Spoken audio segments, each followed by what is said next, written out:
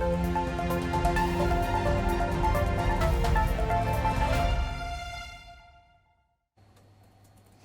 welcome back. I'm Rachel and you're watching Kalkine TV live from Sydney. This is the Buzzing Trend Show.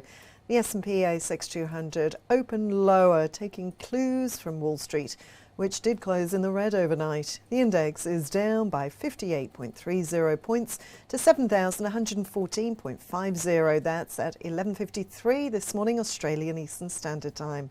That was after closing at a new 100-day high yesterday, due to extreme uncertainty over the COVID situation in Australia and across the world. The budget in Australia may focus on measures regarding vaccine rollouts and also improving health conditions, especially for expecting or new mothers.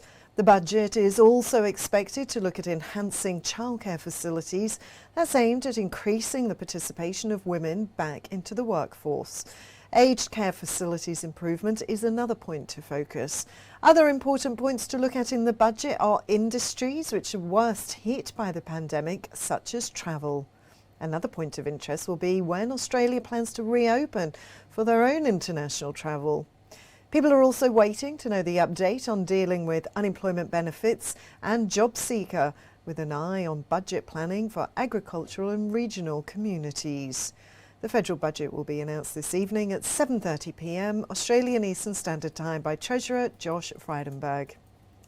Let's move on now to some news from the ASX-listed stock, the Pendal Group. They are a global investment management business firm, and they announced the completion of an institutional placement worth $190 million. The new shares are issued at $6.80 per share. The proceeds from the placement will be used for completing the acquisition of Thomson Segal and Walmsley. Even after the placement being oversubscribed, the share price of the Pendal Group is down today. It's trading at $7.25. That's down by 1.23%. That was at 11:41 this morning, Australian Eastern Standard Time. Moving on now to the next big news, the Australian Competition and Consumer Commission is keeping a close eye watch and asking each point to be elaborated on in a deal announced between Woolworths and PFD, that's a food services company. Woolworths announced its intention to acquire 65% stake in PFD last year, which drove the ACCC's attention to the said deal. The watchdog is concerned that if the deal goes through, it could see Woolworths increase its already substantial bargaining power with food manufacturers. Woolworths, in response, is trying to prove that trading terms and suppliers shall stay intact for the two businesses.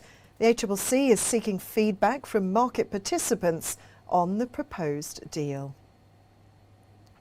That's all from me for now. Stay tuned to Kalkine TV for all the latest updates, market movements.